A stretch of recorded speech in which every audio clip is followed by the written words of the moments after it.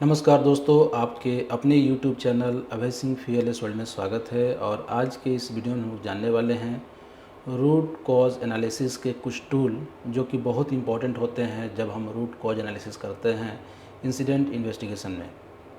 तो I hope आप इस वीडियो को एंजॉय करेंगे। आइए स्टार्ट करते हैं।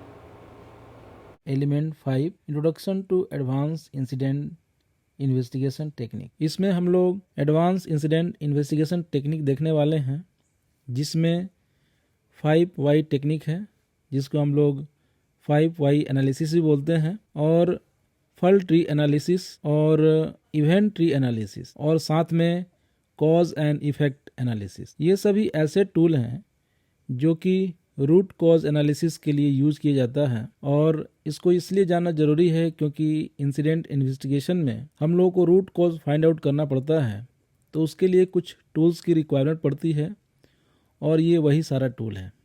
तो हम लोग यहाँ पे एक ब्रीफ में देखेंगे कि ये टूल क्या होता है, कैसे इसके डायग्राम बनते हैं, जिससे कि आपको क्लैरिटी मिलेगी। तो सबसे पहला टेक्निक 5 वाई टेक्निक, या इसको 5 वाई एनालिसिस भी बोलते हैं। ये टेक्निक का यूज़ रूट कॉज प्रॉब्लम्स को आइडेंटिफाई करने के लिए किया जाता है। इसमें इन्वॉल्व होता है, जैसा कि इसमें देख रहे हैं वाई है, यानी कि वाई करके मल्टीपल टाइम्स क्वेश्चन पूछते हैं जब तक कि रूट कॉज पता न चल जाए। जैसे मैं अगर इसको सिंपल में समझें कि ये घटना क्यों हुआ, इसके बाद क्यों हुआ, ये क्यों हुआ, ये क्यों हुआ, जब कई बार आप क्यों पूछते हैं तो रियल रीज़न पता चल जाता है। और 5 वाई एनालिसिस इसलिए नाम दिया गया क्योंकि 5 इज़ ए गुड रूल।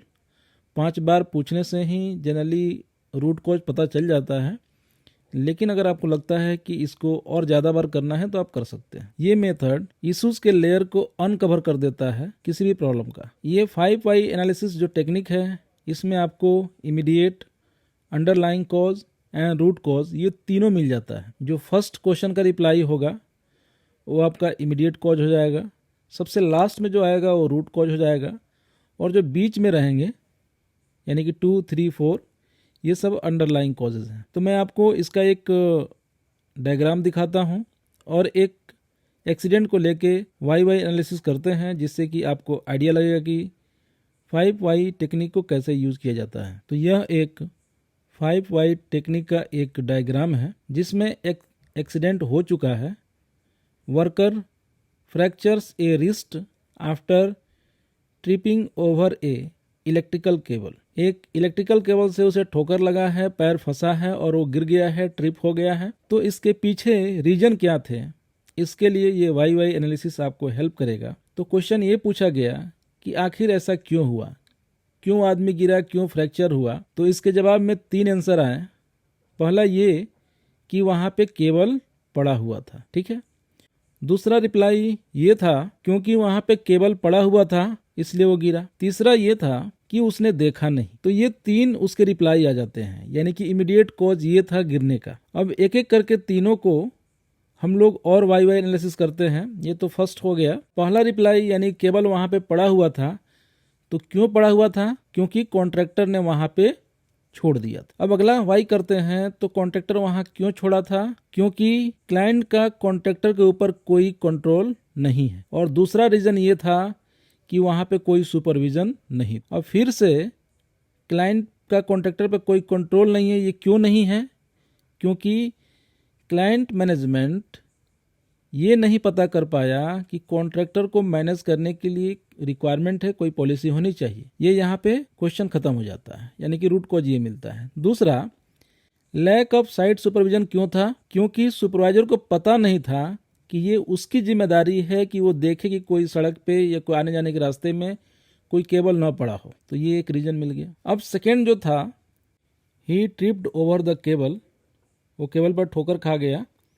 ऐसा क्यों हुआ, क्योंकि इट ले अक्रॉस द पाथ, क्योंकि वो रास्ते में पड़ा हुआ था। तो रास्ते में क्यों पड़ा हुआ था, क्योंकि it was in route to where he was going, वो जाने के रास्ते में ही पड़ा हुआ था। थर्ड क्वेश्चन ये था कि he did not see the cable, उसने केबल नहीं देखा। क्यों नहीं देखा, क्योंकि it was dark where he walk, अंधेरा था वहां पे। तो क्यों अंधेरा था, क्योंकि वहाँ के 2 बल्ब काम नहीं कर रहे थे। 2 out of this light were not working. ये मिल गया एक लास्ट। अब अगला क्वेश्चन इसी में था कि no one asked for the bulb to be replaced. क्यों ऐसा बल्ब चेंज नहीं किया गया? क्योंकि वहाँ पे कोई सिस्टम नहीं था जिससे कि रूटीनली लाइट्स को चेक किया जाए, रिपेयर किया जाए। तो ये एक रूट कॉज मिल गया। इस तरीके से हम लोग जब वाई एनालिसिस करते हैं तो हम रूट कॉज तक पहुंच जाते हैं। तो ये एक बहुत ही अच्छा और सिंपल टेक्निक है जो कि हम लोग बचपन से यूज़ करते आ रहे हैं। जैसे हम जब छोटे थे तो अक्सर अपने घर वाले से पूछते थे कि ये ऐसा क्यों हुआ, ये क्यों हो रहा है, क्यों क्यों करके हम लोगों ने बहुत सारा चीज़ सीखा। उसी प्रकार यहाँ पे क्यों क्यों यानी कि वाई एनालिसिस करके हम लोग रूट कॉज पता कर पाते हैं।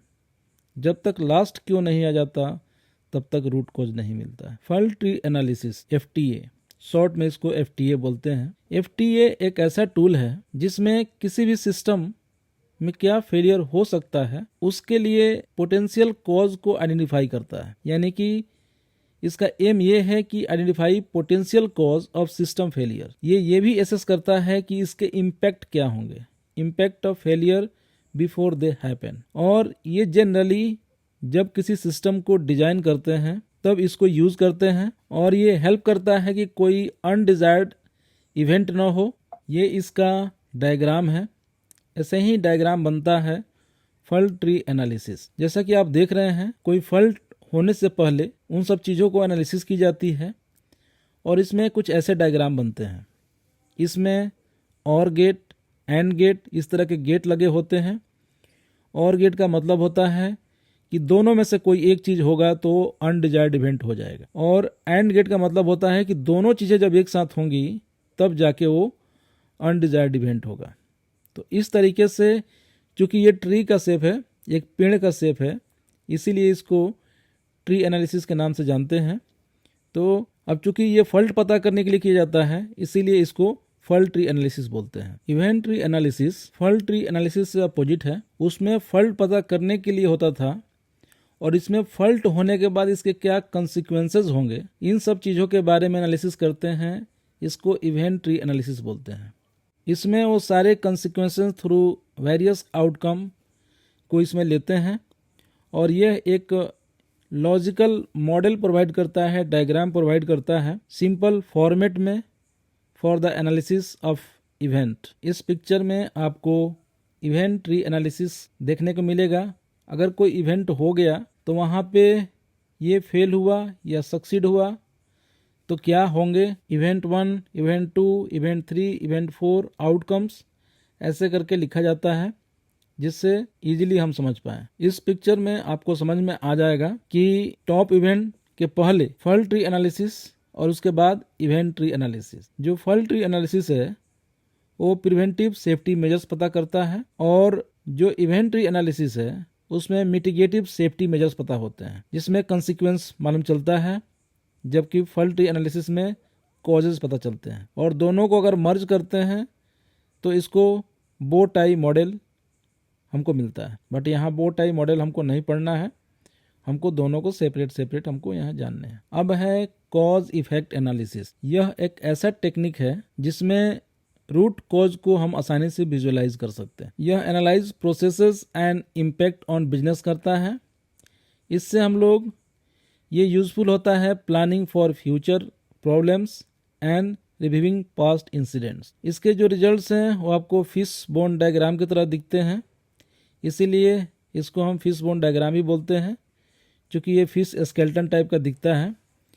जैसा कि आप इस पिक्चर में देख पा रहे हैं, ये जो पिक्चर आप देख पा रहे हैं ये है फिश बोन डायग्राम। एक बीच में मेन लाइन है और साइड में ऑप्शन 1, 2, 3, 4, 5, 6 ऐसे हैं और उसमें कॉजेज हैं और सब मिलके एक इफेक्ट पैदा करता है। तो इस तरीके से इसको हम लोग कॉज एंड इफेक्ट एनालिसिस बोलते हैं। ये भी एक अच्छा टूल है रूट कॉज आइडेंटिफाई करने का और काफ़ी यूज होता है। तो कैसा लगा आपको ये वीडियो, हमें कमेंट करके ज़रूर बताएं अगर आप हमारे चैनल पर नए हैं सब्सक्राइब करिए, अपने दोस्तों के साथ शेयर करिए जिससे उनका भी नॉलेज बढ़े। तो मिलते हैं अगले ऐसे ही वीडियो में, तब तक अपना ख्याल रखिए। धन्यवाद।